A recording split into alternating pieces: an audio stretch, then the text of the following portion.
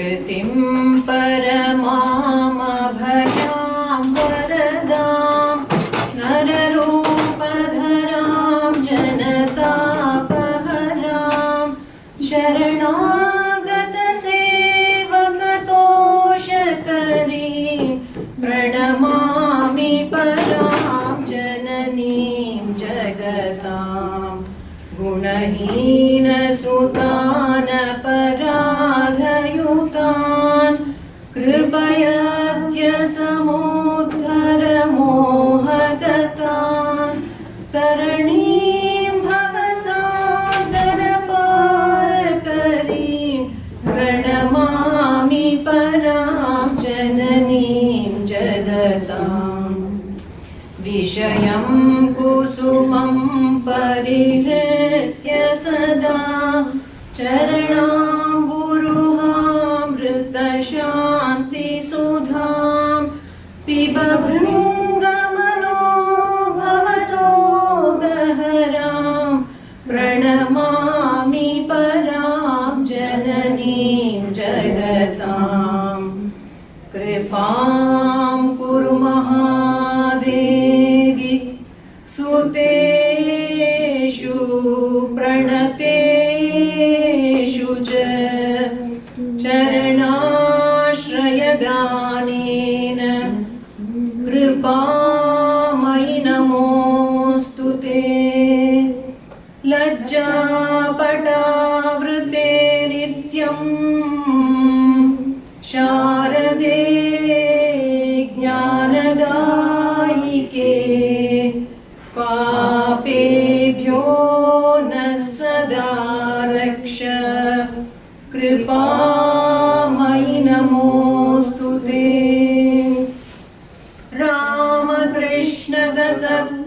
रामकृष्णगतप्राणां तन्नाम श्रवणाप्रियां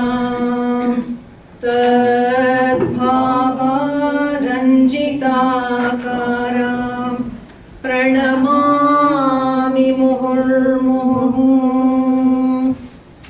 पवित्रं चरितं यस्याः पवित्रं जीवनं तथा पवित्रता स्वरूपिण्यै तस्यै कूर्मो नमो नमः देवीं प्रसन्नां प्रणतार्तिहन्त्रीं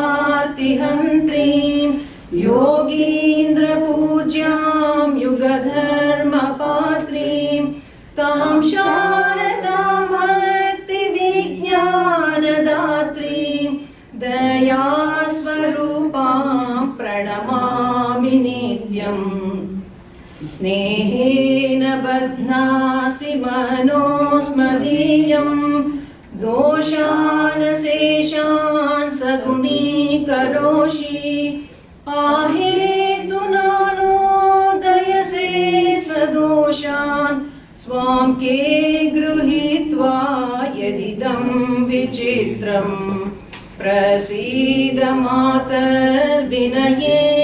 याचे नित्यं भव स्नेहवती सुतेषु प्रेमैकबिन्दुं चिरदग्धचित्ते विषिञ्च चित्तं कुरु न सुशान्तम् जननीं शारदां देवीं रामकृष्णं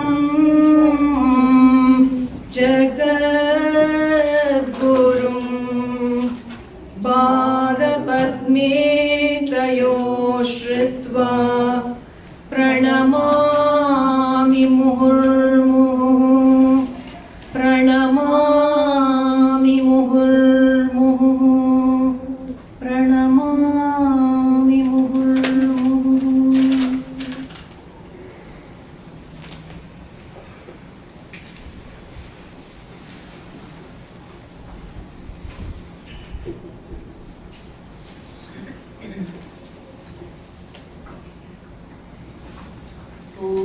जननीं शारदा देवीं रामकृष्णं जगद्गुरुं पादपद्मे तयो श्रुत्वा प्रणमामि मुहुर्मुहुः।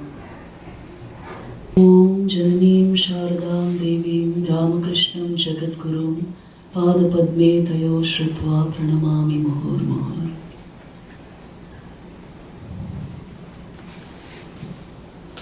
In this session, we are going to mainly discuss mind management and how to handle negativity.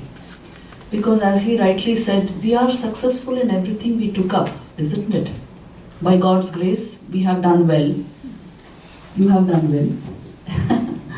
But mind can pose a very big challenge. We know it. In our own homes, we see it, isn't it? So if that one thing we are not able to manage, then our success will count for nothing, you know. It comes to nothing finally. If we are utterly upset with our minds. Usually we don't use such language. We always say somebody made me like this. Somebody is responsible for my problem. But if the mind stays frustrated and very, very dissatisfied, there's no good experience of life, no matter what we have. Since we all know this, we will focus in this session only on mind management and handling negativity. How to do this. Because this wonderful life, you will lose a huge chunk of it if this is not done. And it's about time we paid attention to this aspect. Today many, mental health experts, they contact us and they ask me point blank that what is the connection between spirituality and mental health?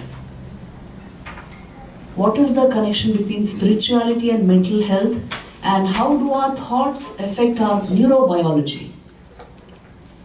And well, we don't see the connection when you do it, when you make a neuroscientific study, you don't see the connection. But we see it crystal clear when you lead a spiritual life. Spirituality and neuroscience are the first person and third person aspects of the same thing. Are you getting what I'm saying? Right. So when you study it from the first person standpoint, first person perspective, you know the whole thing. Our thoughts have the power to change our brain. Our thoughts have the power to change our entire neural mechanism. Our thoughts have the power to, you have heard of neuroplasticity? Yes? How does it happen? Tell me. Through your thoughts. You can only change your brain through your thoughts, in your mind. That's what you are closest to. What's happening in your brain is still a third person perspective. The fMRI scan has to tell you what got fired where when you thought like this. But your thoughts are your thoughts, isn't it? Closest to you. So if there's one thing we learn to handle, how to handle our thoughts, it's a huge gain, I'm telling you. You can do anything in life. But if there's one thing we miss out, many things, after some time especially, after you turn 50, many things are just lacking in your life. Peace of mind is lacking, messy relationships, all kinds of interpersonal issues, and most of all, the stress. I can't handle my own body and mind. It's just got out of my hand. So then life is by, accident and chance, and I'm not in conscious control of anything. That's a very miserable way to live. When I need constantly entertainment to keep me engaged, otherwise I'll go crazy. When I need support systems everywhere, somebody to give me emotional support, otherwise I'll break down. Don't reduce yourself to these states. That is why understanding the connection between our thought and brain, between our emotion and our neurophysiology, and understanding completely how I can take charge of the whole thing is very, very important. I will give you some very important ideas from the first person perspective. See, I am not a huge scientist. I am not going to give you the third person version. You can find that out for yourself through your research. But from the first person perspective, this knowledge is so vital to a good life. And if you actually study the lives of these people, they only did the first person research. And they lived such satisfying, ecstatic lives, immersed in supreme bliss and God consciousness. So let us learn, take the cue from that it is possible to lead a very satisfying life if I have learned to handle my equipment first. It's not about knowing what is happening on Jupiter. We know all of that. What's happening in the farthest quasars. But what's happening in me, I don't know. What my mind is doing, I don't know. This is the problem. And this constant, the first thing that you have to stop to get this knowledge is just stop blaming the external. First practical point. You know how we are used to thinking, due to this happened to me. Due to that person, my emotion works this way. This is the general way we think. That I read a famous joke, There's this lady complaining to her friend.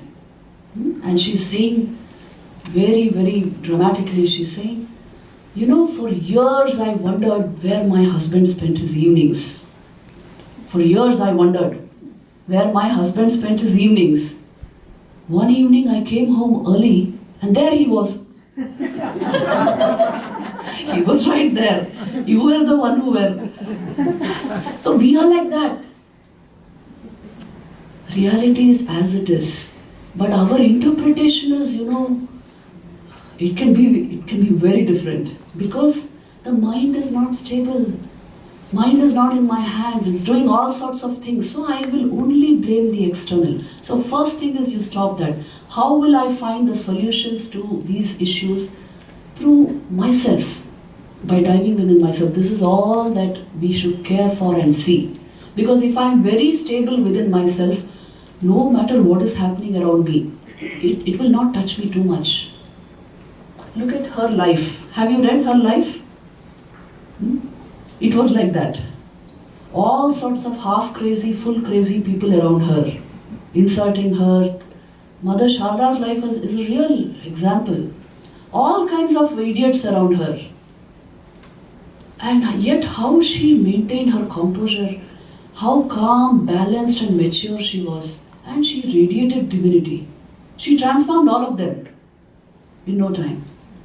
Just by the power of her inner life. So you see, this essential thing should not be lacking. What is the means to this? This is where you see the connection between mental health and spirituality comes. Please understand certain facts about yourself. Then we'll go to the third person perspective. One thing is, how does your mind work? What creates your thoughts?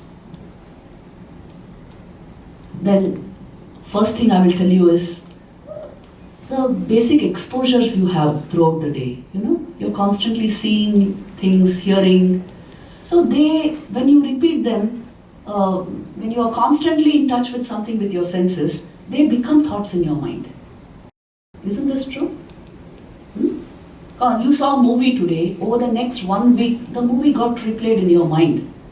You dwelt on the scenes again and again and again and again. Now, what have you done? You have created a picture into a part of your mind, into your thought. And when you repeat it, it becomes what we call a deep mental impression or sanskar. So I create my sanskars. When you repeat conscious thoughts, they become sanskars, they become mental impressions. Now, when they become mental impressions, they go and sit in your subconscious mind. And when they gather momentum there, they are pushed even more into the borderlines of the unconscious and they become your memories. So then you forget them. You forget that they are there. After some time, the memory is revived in the conscious. That's when you call it memory actually. When it gets revived and comes to the conscious plane. So your conscious thoughts it's nothing but a recycling of the thought process, you see?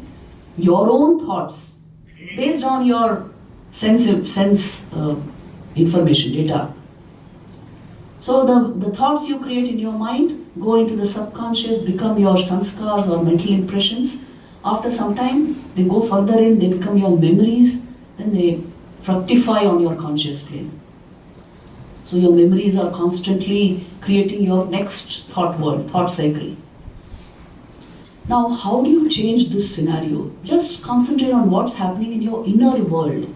No matter what our exposures are, I have the capacity to decide what to think, what to concentrate on, what to focus upon.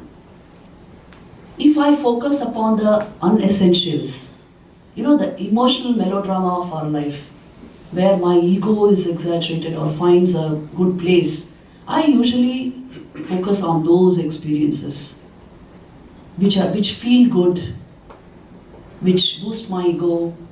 So those experiences you concentrate and make them your sanskars. Out of all the things that the world throws at us, that life throws at us, I pick and choose.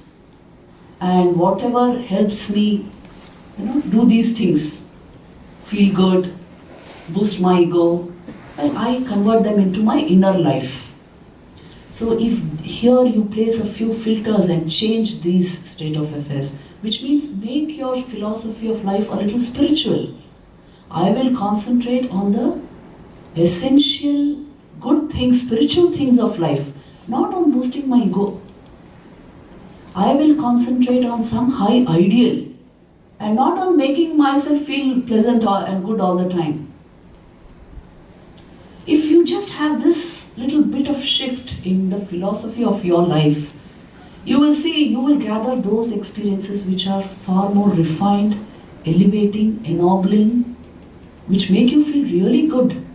You perform a selfless act, you will start feeling glad, naturally. It's a great psychic law, You make somebody happy, you will get happy. There's no explanation to this. You perform a devotional act of worship or what, we are in a temple. You see how beautiful the vibes here are. How do you explain this? So the nature of your mind is, whatever it is exposed to, it has this tendency to gather a few of that information and exaggerate it, make it big in its mind. So learn to spiritualize life by gathering only the positive into your mind. The rest, don't treat your mind like a waste paper basket. Anything gets in, anything is digested and it comes out anyhow. Don't do that. So conscious gathering of the beauty of life, the beautiful things in life, devotion, good thoughts, kind feelings, service, attitudes of service, community service. Just do a little community. I'm sure many of you are serving here. How good it feels in the heart at the end of the day. So we conducted all these experiments with students, I can actually give you the fact figures of these experiments. One group was asked to just over the week to satisfy themselves. Another group was asked to do community service for a week. So these guys, the first group, they came after a week and said, we are totally bored. Because they only saw movies and ate pizzas and that's all they did. And the second group, they came and said, Mataji, initially it felt like we are missing out, that FOMO, FOMO. It felt like that, but at the end, we felt so good, Mataji, and that feeling has stayed with us. It will never leave you, that gladness. That is the glow on your face, that is the tej of your vital energy. So the good life, the noble life, the service-minded life will guarantee your mental health. This is what I'm telling you. There is the famous example of a doctor, anybody asked him how he was, he always said, I'm very well. Whole life, he rescued about 2,000 destitute children from rank poverty and educated them, fed them, did so much of community service. When he was 80, anybody asking him even at that age, how are you? He would say, I'm fine, how are you, tell me. The entire focus is on helping others. That was the philosophy of his life. And then he came down with cancer, but he didn't realize it. Cancer had spread in his body. He didn't realize. Till the end, he he kept saying, because his mind was so happy, he kept saying, I'm fine, I'm doing fine.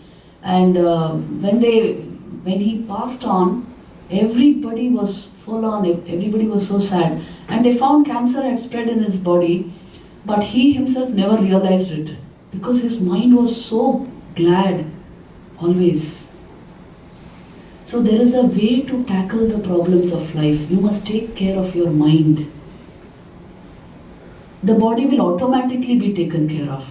If you concentrate on the body and don't care for the mind, nothing will happen. See, this is the great secret.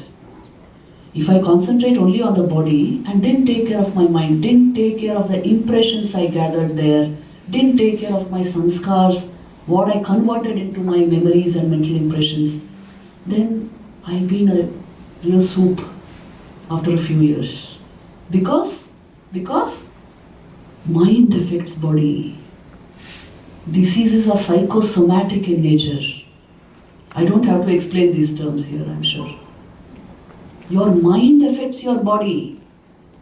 Mind affects the way blood flows in your arteries. Mind affects your heartbeat, heart rate. Mind affects your blood pressure. Mind affects the release of hormones. Your thoughts do all of this. You can test and see when you're angry, how does it feel in the body? Oh, it feels terrible. If you're angry for a long time, you will get sick. So it's so very important to learn the ways of mind management. Otherwise, you can't take charge of your own happiness, no matter what you have. So the first thing that we've got to learn, stop blaming the external. It may be full of golmaal, it may be full of all sorts of things you don't want, but you can't change it.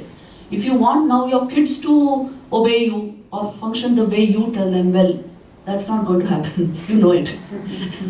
But what can happen is you develop a capacity to, whatever it's called, a level of tolerance and ambiguity management, that you are able to stay very stable no matter what they are doing.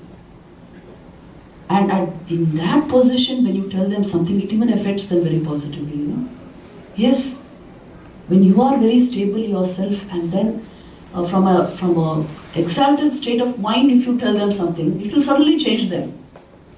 But when you are on par with them, with their restlessness, nothing you say is going to work, isn't it? So we must learn to handle mind first.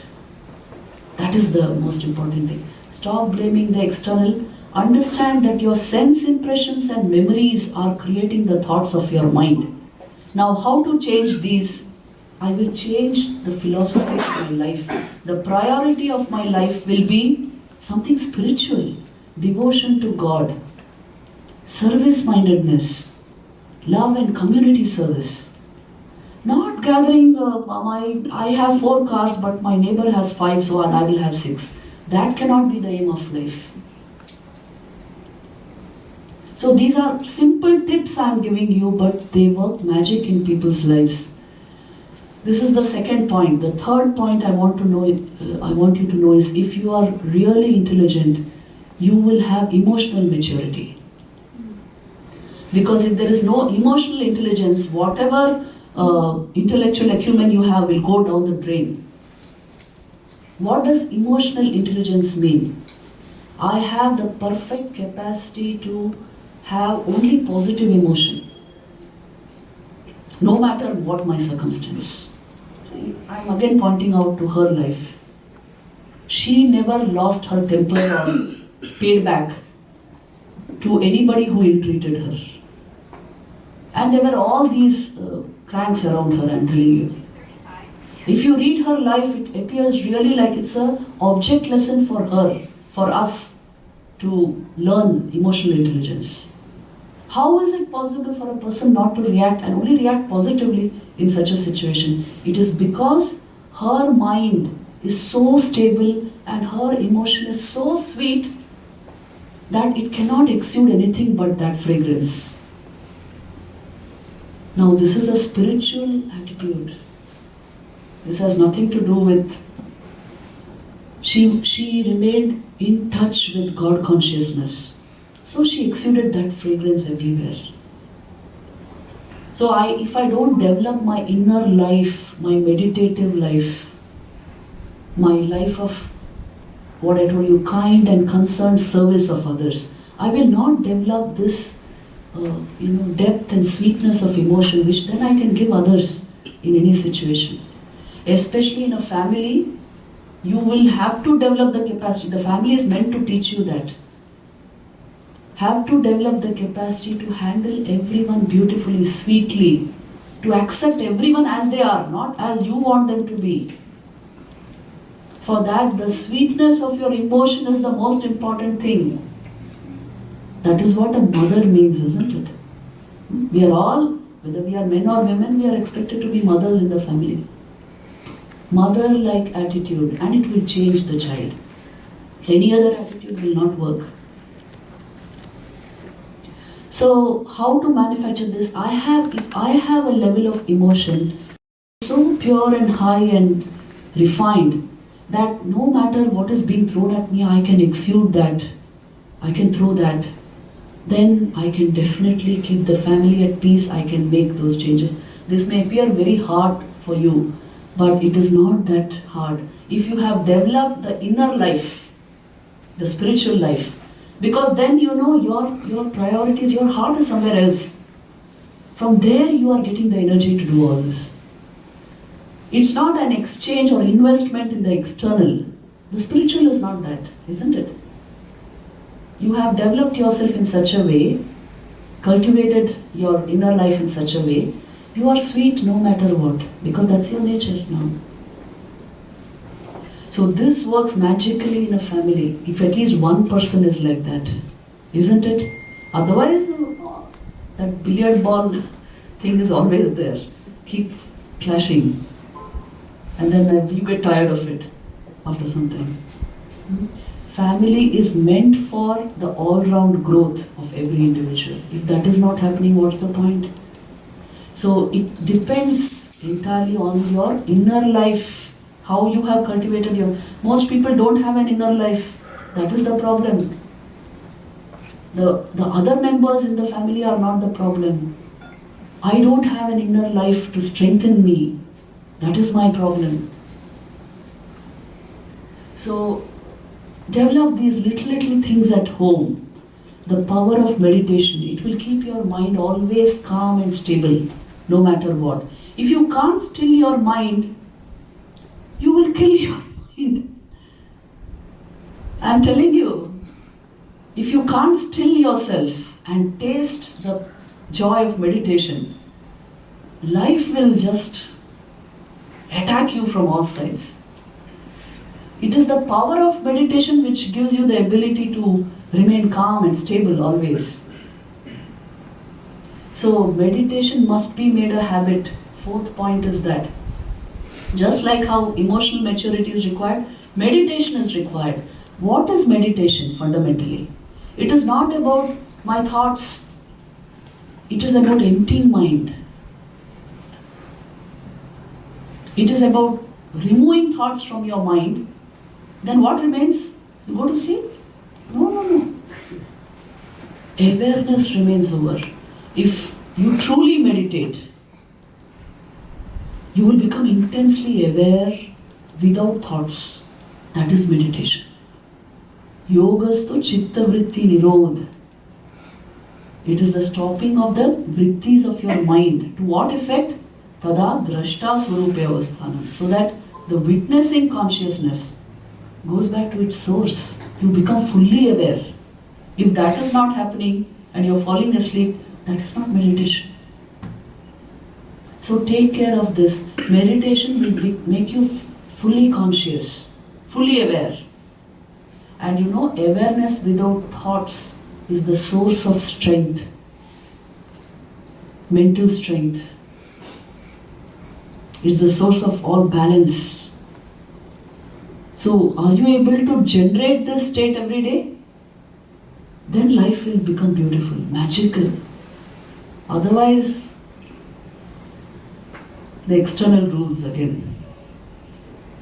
So meditation is to be made a habit. If you study their lives, you will see every day time was devoted for meditation from a young age.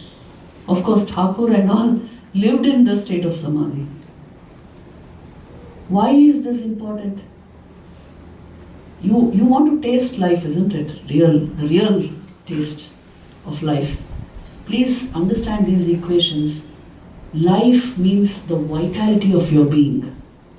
You can be fully vital only if you are fully aware. If you live an unconscious life, your vitality will reduce. Unconscious life means life given to, media addiction, drinks, drugs, where I am not in charge of anything, something is controlling me. But your vitality will go. You will not taste life. Somebody's commercial enterprise is ruling your head, your emotions, directing your emotions. What's the point? So all this is connected. That is why I told you your mental health and your spiritual development is directly connected. You don't need to take fMRI scans of a brain that is meditating to know how it feels. There was this experiment conducted in New York University long back, I think 2009 or something, where Tibetan monks, the meditative state they wanted to study, the meditative mind, what exact brain waves it is giving out. So you know about the brain waves, isn't it? The meditative state gives out very high gamma radiation.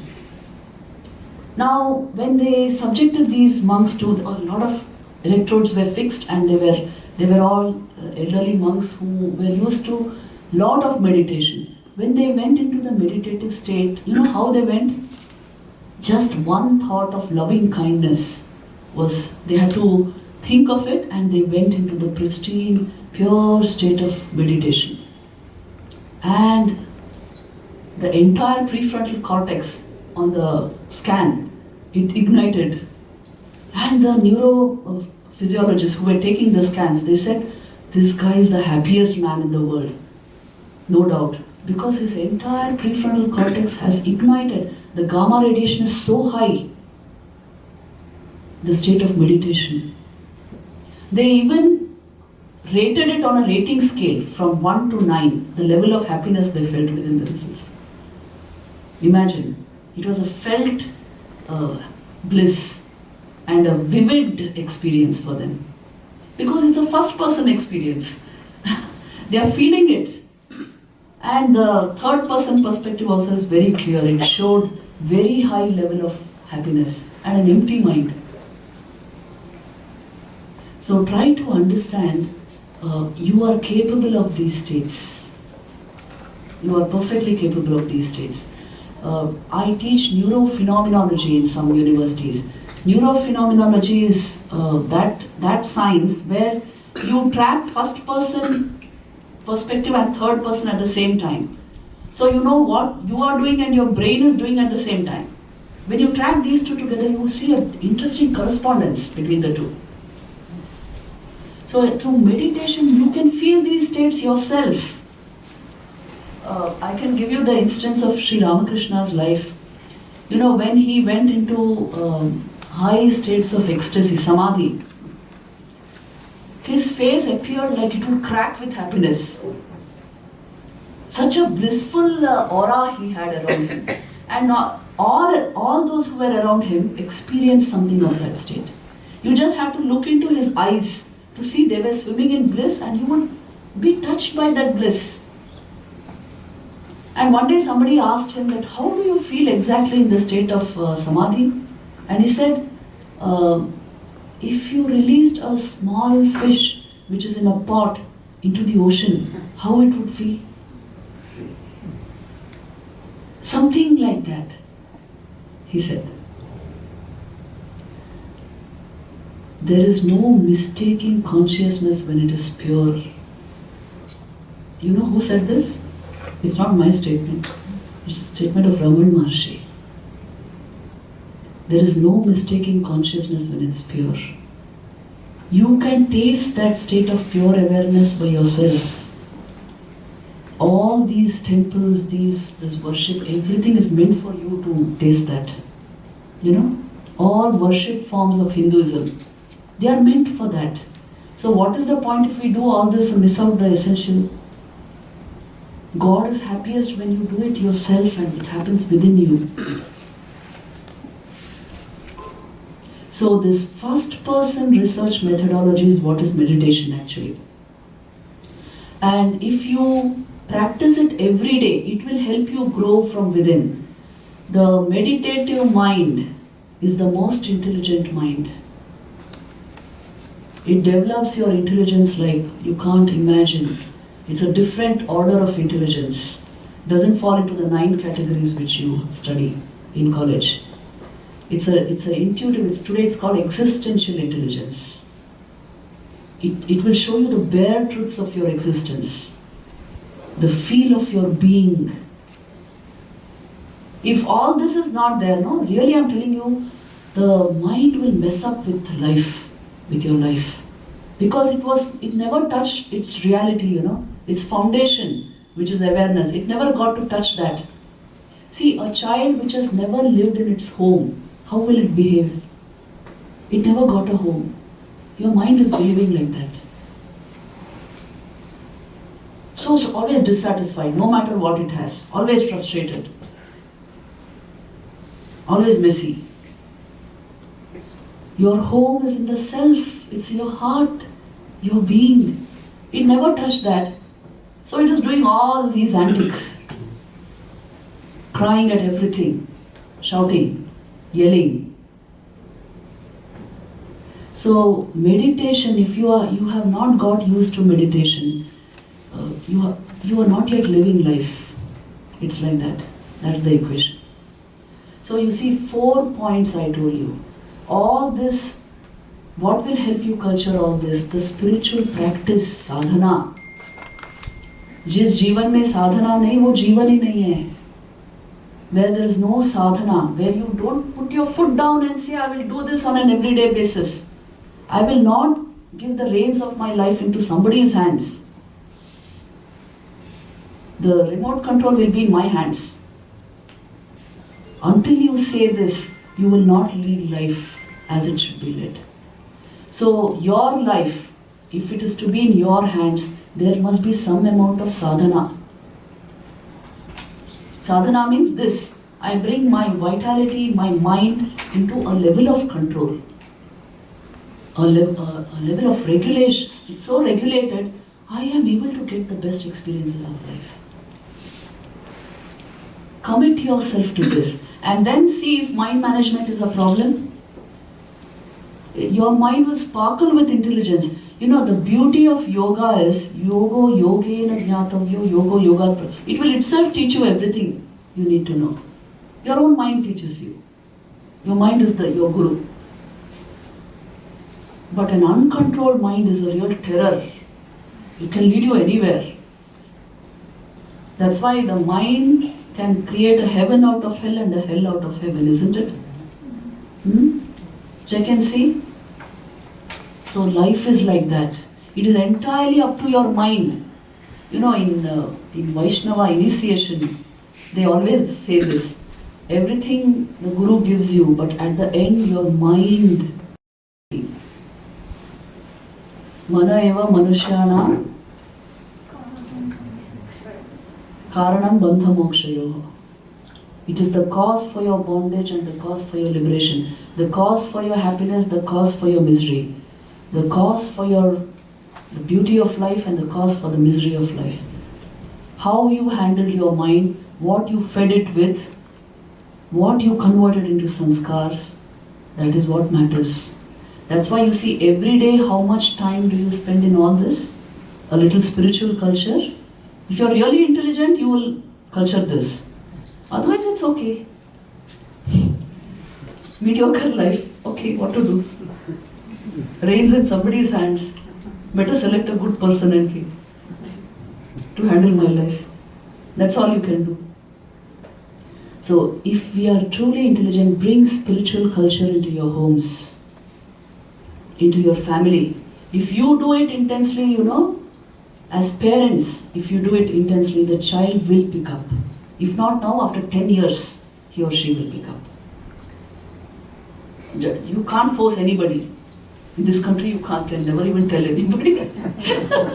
Because by 12, they have their own mind and their own life. But in India, still all this is like a tradition, they try to maintain it.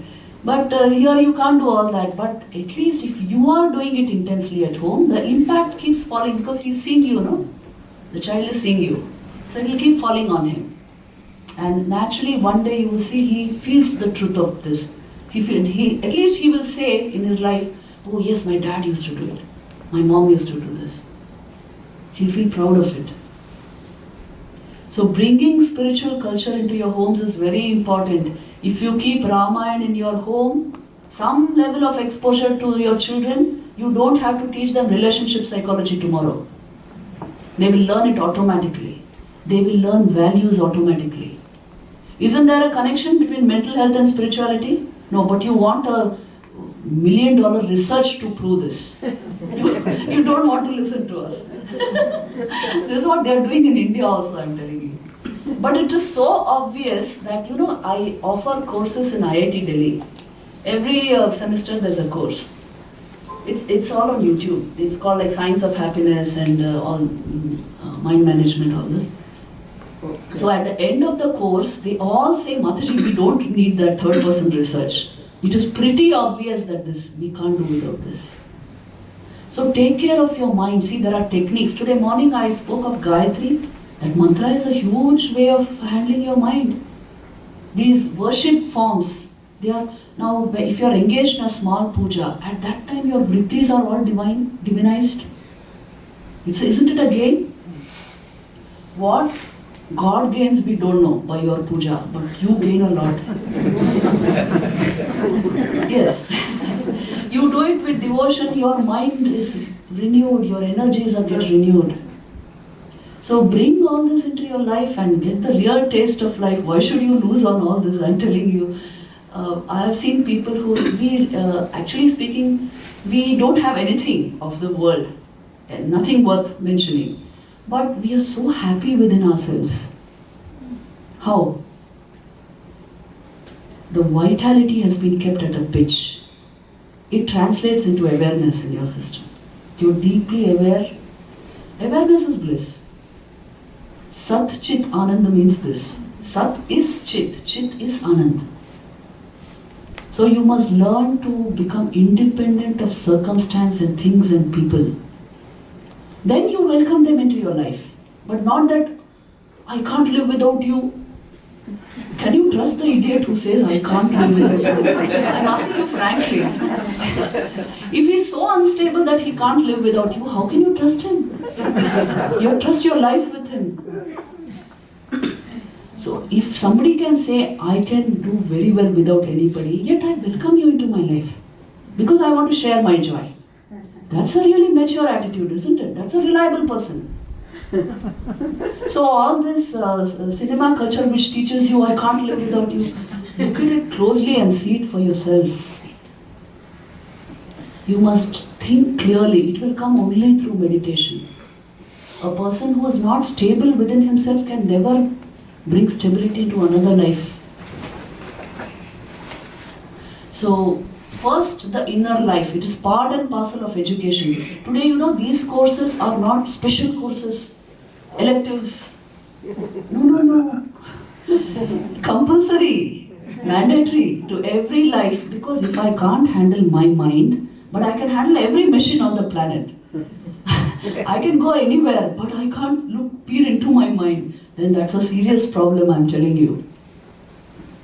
I should first know everything about myself. How my thoughts work, how my emotions work, how my vitality is functioning within me, and what is my awareness about, who am I truly.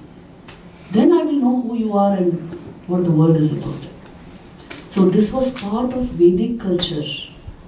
The first ashram, Brahmacharya ashram, what was called, it was meant for self-knowledge. First you know everything about yourself. Stabilize yourself. We have lost touch with this. This is the whole problem. And modern life is such, It's a consumeristic culture, you see. Because when you don't get any satisfaction from within yourself, you only want to grab from the outside. So we've created a whole culture of that. And it will consume you first if this inner stability is not there. Unnecessary fears, worries, this panic, stress, and intolerance. I don't mean any other form of intolerance, but not being able to tolerate your own emotions and worries and anxieties. This is the biggest issue in your life. Check it out and see. It's not the Russia-Ukraine war. It's not to do with the economy. It is to do with your inner life. And if I am stable and very, very balanced within myself, fully aware, vitally alive, whatever happens in the external, even if there was a huge war, I would still find a stable solution to it, because within myself I am safe and secure. So I want this level of security to come into every life. That is why all this work is going on. I'm working with a whole lot of universities actually, because our young people, not one of them will tell me that, well, Mataji, this was, why should I take this course? Not one of them say that. They all feel it's extremely essential. How can we do without this? I'm not sure what their parents think, but they think like this now. And they have understood the importance of this, because you feel the truth of your being within yourself first. See, once I asked my students this simple question, tell me what feels most fundamental to your experience. Is it your thought? Is it your emotion? Is it your awareness? Is it your body? Or is it objects in the world? Multiple choice. What feels most fundamental to your experience of yourself? They thought for a minute, and one child said, one boy said, Mataji, it's awareness. Then I said, think again. Is it not thought? No, Mataji, thoughts come in my awareness. See, he found it by himself.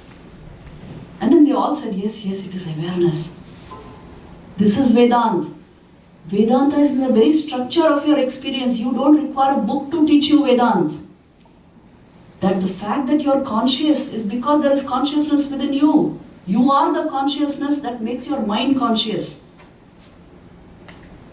Vedanta is in the structure of your experience itself. You are the Atman functioning through body and mind. How obvious it is. But I thought I was only the body. That's my mistake, isn't it? So let's not make these childish mistakes. Take life like that. You take the world in your stride if you understand these principles about your own life. And then you can apply the principles of positive thinking, whatever. You know the principles of positive thinking? They are 3 in number. I'll just mention them and then we'll take the Q&A. First principle of positive thinking is, what you repeatedly think, you will become. So if I repeatedly think about myself as being of, my very nature is divine, all strength is within me, all power is within me, I will find that in my experience. And if I repeatedly think I'm a good for nothing, everybody's out to get me, I'm a super flop, I will become that. Because I give my thoughts power. I believed in some such thing.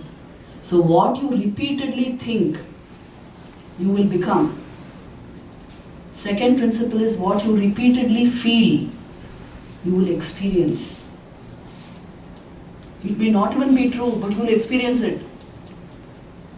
You have fear or panic of something. It so grips your mind, you have passed through an experience although it never happened. One humorist has said this, my life is full of disasters, most of which never happened. So many of us, it's true. My life is full of miseries which never happened. Your thoughts. Your thoughts and emotions. You're messing up with your life. So what you repeatedly feel, you are going to experience in your system. And what you repeatedly imagine, you will create it in the external world. Isn't this true also? See, look at every object around us. It was a thought in somebody's mind. He thought of it so much, he produced it. The carpet, the walls, the table, these pictures, they were thoughts initially in some mind. Today they are objects around you. What you repeatedly imagine, you will create. So how important is your imagination? And to whom are you giving it?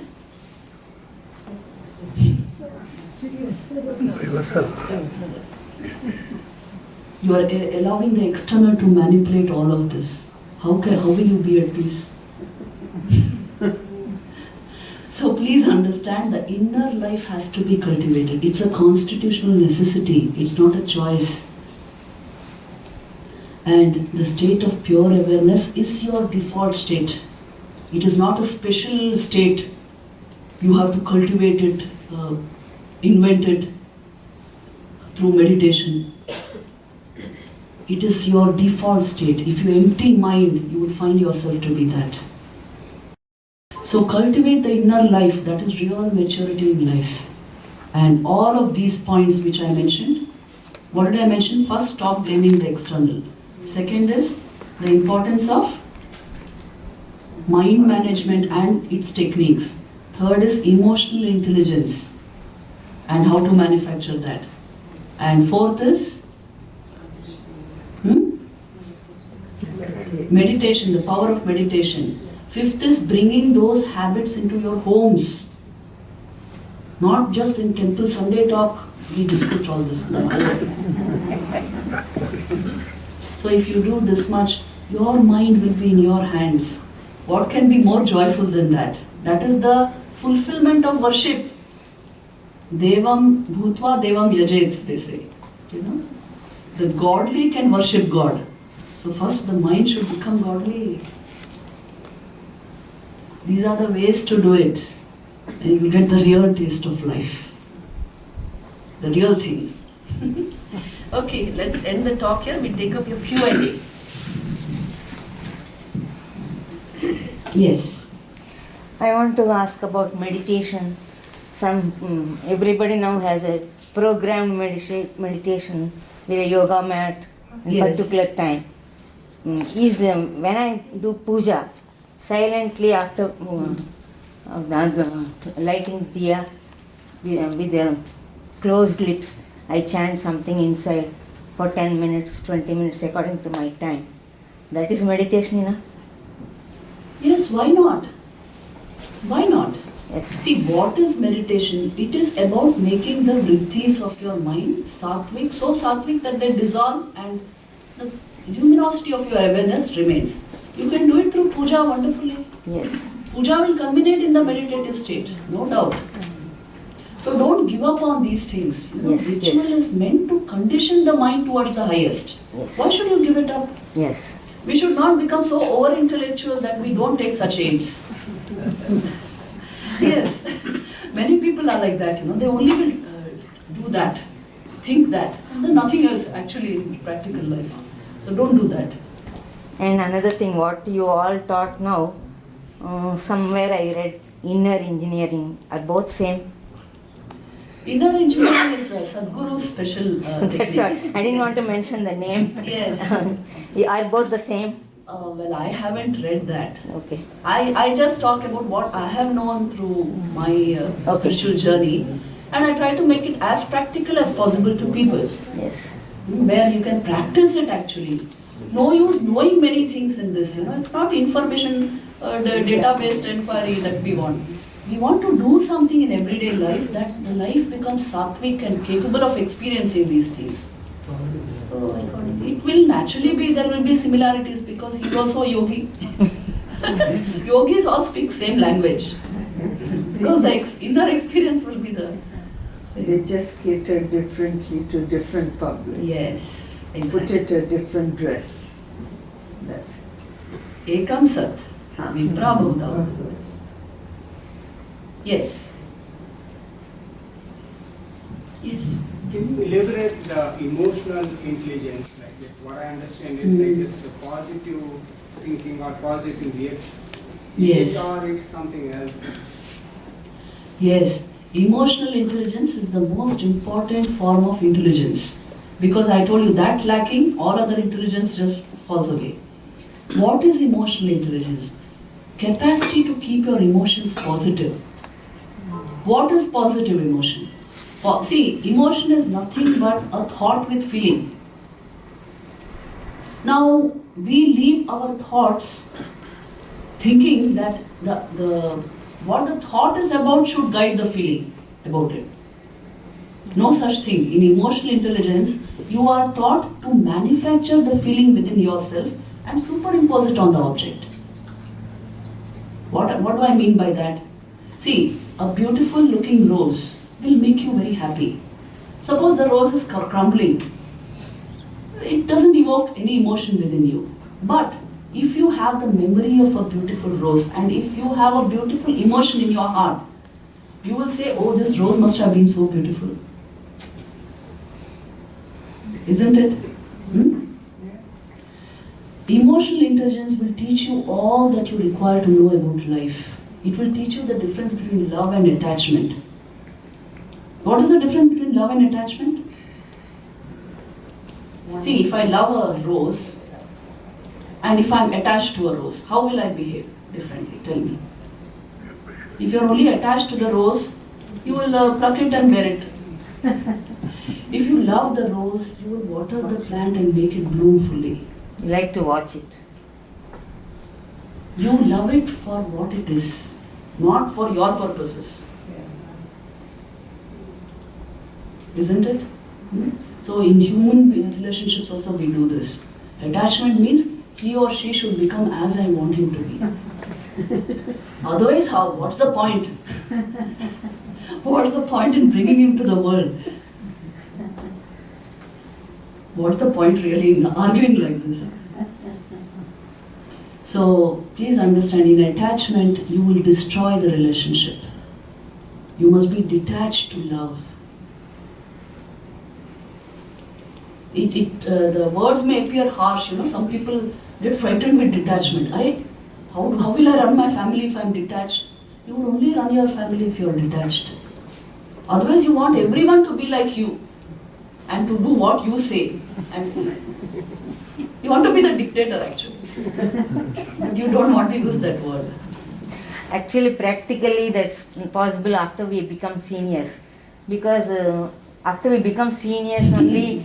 Which means she admits when you are young, you are Yes. Yeah, because that time they think we are good for nothing and they won't listen at all. Then we slowly become detached, learn detachment. No, it's not like that. If you learn detachment in old age, your life has gone. No, practically it's happening like that. We maybe like those who are like in your life you take up sannyasi. No, I have seen many householders who have developed this attitude to life that every child is a soul in evolution, isn't it? It will evolve by its own laws. Now you want to impose your laws on that soul, it will not obey. But Mataji, then how do you, you know my age and my children, how do you not influence and guide? No. Do you know what I'm saying? Yeah. Where lies, how much should be your influences? See, you know how values are picked up by that young mind? Think of your own early childhood. You caught values. You didn't listen. You were not taught values. You don't listen to them. Somebody telling you. But you will catch it when you see it. So create the ambience in your home, a value-based ambience, that the child will catch it unconsciously. But if you make him sit and tell him, come on, this is what you should do from tomorrow morning to night. Why will he listen? And he shouldn't listen also. Because it has to creatively evolve by itself. Tomorrow he will make his choices by himself. If only today you have put before him what is the way you made your choice.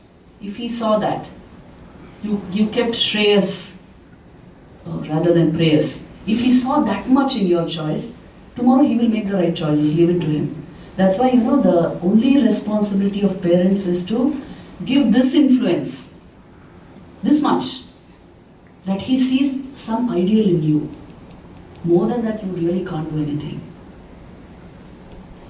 Well, my daughter says that you like the way you do the things, Yeah. but we don't.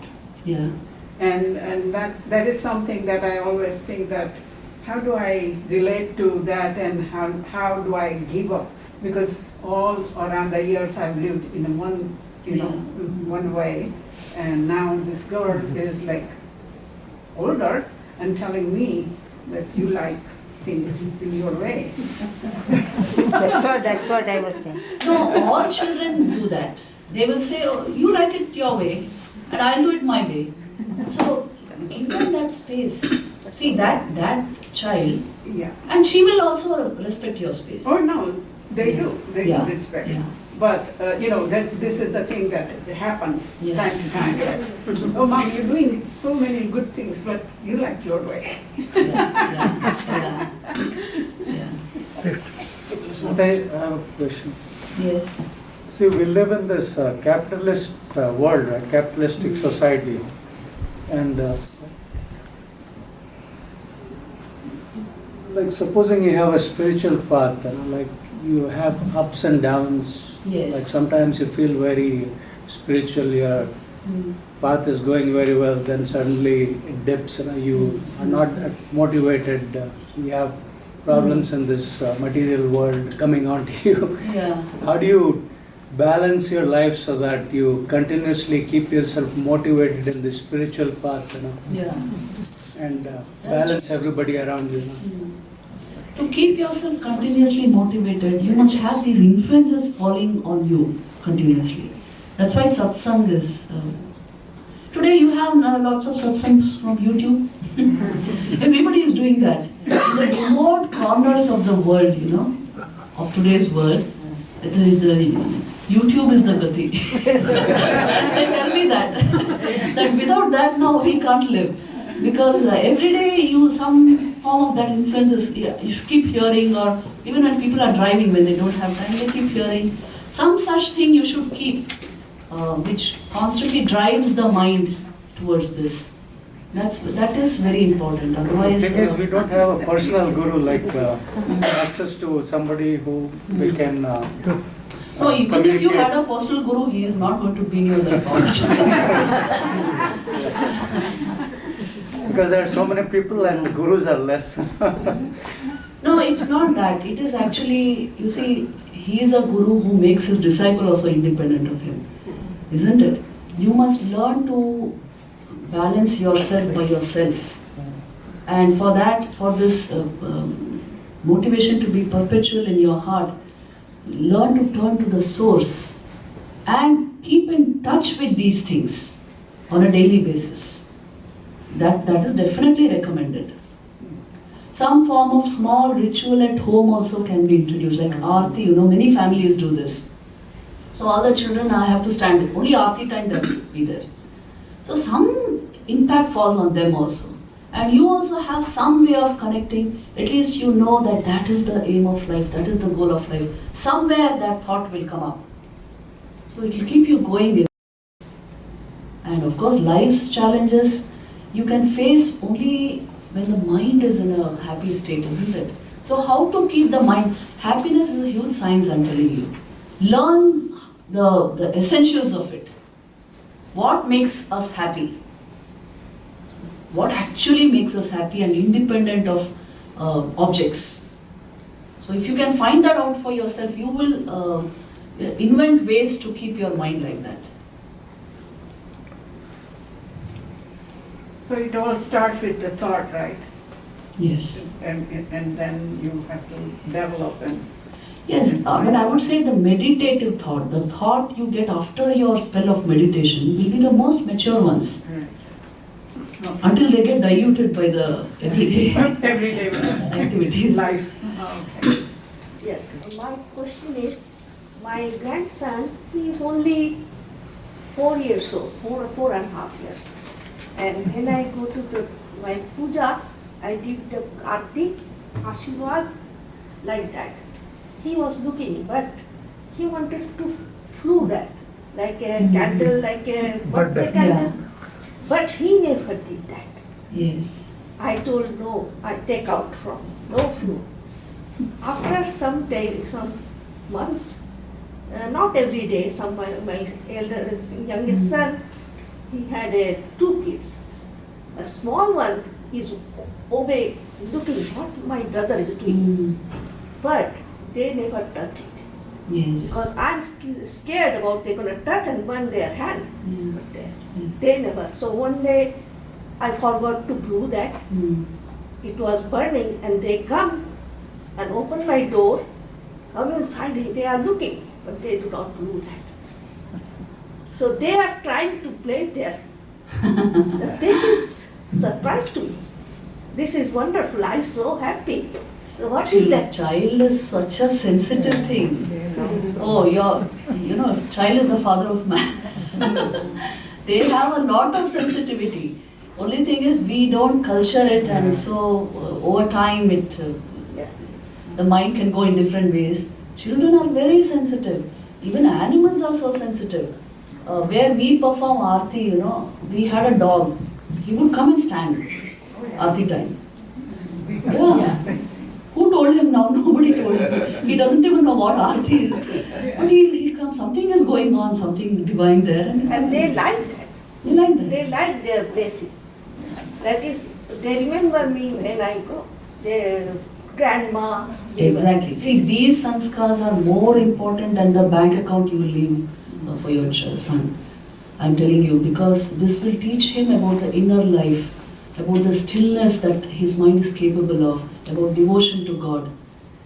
What more can you give him than this? So bring this, something of this into your homes. Don't keep a home where this is absolutely not there. Just like they say, a home without a garden is no home. A home where there is no worship of God is no home. The essential thing is missing.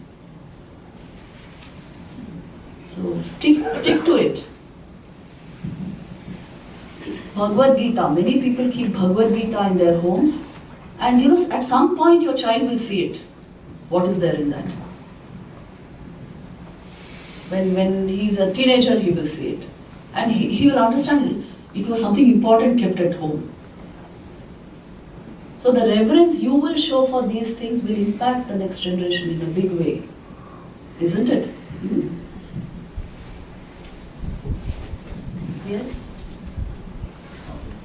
I love the way you simplify things and explain things and make it within our fingers' reach. I love that. But tell me, if you self-analyze and only thing you find inside is full of problems, you never get to that blissful, pure state. What do you tell them? That's a beautiful question. See, this is the reason why people are reluctant to enter a full spiritual life. Because you don't see it within yourself. There are so many songs on this actually. So when you find this to be the state of affairs, you must just take refuge in a spiritual person. For one, in one who has found the way. Because if they are talking of a state which you are capable of and what you are not getting, then you just take refuge in the person, because spiritual people are usually very kind and compassionate, and the reason why they are there is to share their experience with others. Take refuge in God, take refuge in the spiritual. This is where lies the importance of ashramas and gurus, and because it will lead your mind into that. That influence is so powerful that over time you will see your tendencies will change. There is no other way. So that's why they say, no, the real wealth is when you have found such a person. The real wealth is when you have found a person who inspires kindles your spirituality. And the real wealth is the devotion to God that you get as a result. So if you are not even finding that, pray for it. Pray for it. Pray to God that andar to kalima se bhara hai. Give me light. Somehow show me the light, and He will bring it into your life. You have suggested that awareness is pure and blissful, but you also heard that ignorance is bliss too. Where ignorance is blissful, it's a folly to be wise. But if you cultivate a child's mind and look at the world as a lila or as a playground, you're able to enjoy life so much better than try this advanced awareness where everything is, you're responsible for everything. See, that way of enjoying the world as lila will not give you inner fulfillment. For the simple reason, yes, you have to touch it within yourself at some point in your life. Then, yes, it is a lila, there's no doubt about that. But if you just take it to be a lila, a play, well, let me also play, it's nothing serious. But at the same time, I didn't get anything within myself. You know, if you are not satisfied within yourself, the only way to satisfaction will be the external. Then you will not take it as a plaything, you will be dead serious about it. You know? Because there's no other means to satisfaction. When you don't get bliss, you will take pleasure very seriously. Believe me. When you have bliss within yourself, then you understand the place of these toys. So you can't take the world as Leela just like that. It depends on your inner growth and spirituality. The simple thing I will tell you, as devotees, if you yearn for spirituality, it will come into your life. Thakur used to say, that longing should be there. Vyakulata he used to call it. Vyakulata. He only prescribed that one thing. He said, well, if you just have that this is possible, seeing their lives, we know it is possible, isn't it? Now, how do I bring it into my life? So, through prayer, through whatever, your everyday actions, your seva, if you can express that, He will bring it into your life. How much God can do for His devotees, you can't imagine. He will turn your life around. Just today morning we were listening to that wonderful story. While we were driving here, I'll tell you a beautiful story and maybe we can end this session there. It is a true story. How many of you have gone to Vrindavan? Not many. You should please go to Vrindavan. When you are in India, whenever you go there, visit Vrindavan. The biggest temple there, the most vibrant, famous Jagrat temple is Banke Bihari temple. It's in the heart of Vrindavan. So the image there, it is so vibrantly alive that everyone there who lives around there will tell you some story about it, that how he came into their lives, all this is there, okay? So you may think it is some kind of their imagination, myth, whatever, but there is a story connected with why Banke Bihari is like that and how you have his darshan. You know how you have his darshan? When you enter the temple, there's always such a crowd, you'll be pushed in and then pushed out. So then when you see the deity, when you see the image, you will see it only for a few seconds. Then they put that jhaki darshan, they say. They put a kind of veil, a parda, screen over the image. Then after a few seconds they will remove it. You saw it for another 2-3 seconds, again the jhaki. Again, then you feel, why can't I have a direct vision? You know why you can't have a direct vision of Him? He is God whose living presence is there. He will just melt and go away with the devotee. Oh. Yes. Yes, he's such a love. He's Krishna, no? Yes, he just go away with the devotee, and this actually happened. This story is there. It's on record, and it's a old story of Vrindavan. Everybody knows it. See, the story goes like this. There was this young orphan girl many centuries back when we were under Muslim invasion. So this girl, her only job was she used to make garlands for Banke Bihari every morning, and she would sell the garlands to the priests and to decorate Banke Bihari. So that filled her heart with love. Every morning she would do it with so much love, and her secret desire was one day she should put the mala on him. That was her secret desire of her heart, but they wouldn't. She was an outcast, so they wouldn't allow her to do that. And every day she would deliver the garlands, the malas, and every day she would put one extra mala with this deep desire that this is especially I want to put it on your neck, but they won't allow me, so I offer it here. So one extra mala would go every day. Now one day what happened was she was allowed into the temple. She somehow sneaked her way to the temple, and it happened that when she stood in front of the Lord and had direct darshan of him like that, she was so devoted, such a pure soul that Banke Bihari, man hi man. Unhone kaha, you all know what man hi man is. He told in her mind that I am going with you, come on, let's go. Let's go and have a good time. And let's leave these priests behind. So it so happened that that night, her devotion was such that quietly the Lord followed her. The image disappeared from there. The priest had closed the temple by then, okay? And the image has disappeared, and her home was somewhere like a slum, somewhere in the corner in Vrindavan. So quietly the Lord made his way there, and that evening, that night, like it was like Ras Leela there. All the gopis gathered, and this girl participated in that. She put chandan and mala, everything on Krishna. He played with her, they laughed, they ate, they danced the whole night. All this happened at night. And the story goes that now morning he has to be back in the temple. And Krishna is a late riser. You know that?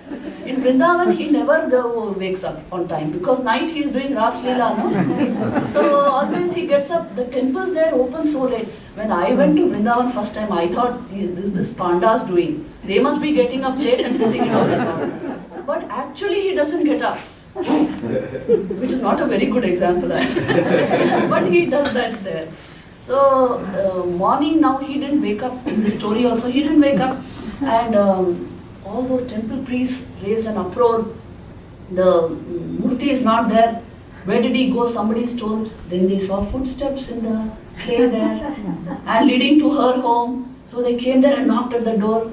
And the girl said, all this is their part of that their lore, The girl said, you open the door, it's due to you. And Krishna said, you open, you did all this. And nobody opened the door. And then they broke open the door and they got in. And there he's standing exactly like a statue. So they cornered this girl and sized her up and then pulled her to whatever, the police and whatever was available at that time. And then she was crying all the way and she said, but I'm telling you, he only came with me. And direct eye contact, he told me, I am going with you, I don't want to be in the temple now. And then they all understood that he makes direct contact with devotees. And uses all these things to run away from the temple. So they brought him back into the temple and then started the tradition of Jhaki Darshan. Yes. And then he also put it in the minds of them all that I went with her, so don't harm her. So she was released. Seeing she was such an innocent young girl, she was released, but then this Jhaki Darshan, they won't allow direct contact with his eyes for long. They do all this. So that powerful is God's influence in the devotee's life. So just take refuge in him, it's the easy way. You don't have to do Vedantic gymnastics, just take refuge. So we'll end the session here. It's gone 5 minutes. Thank you. So Shanti, Shanti, Shanti.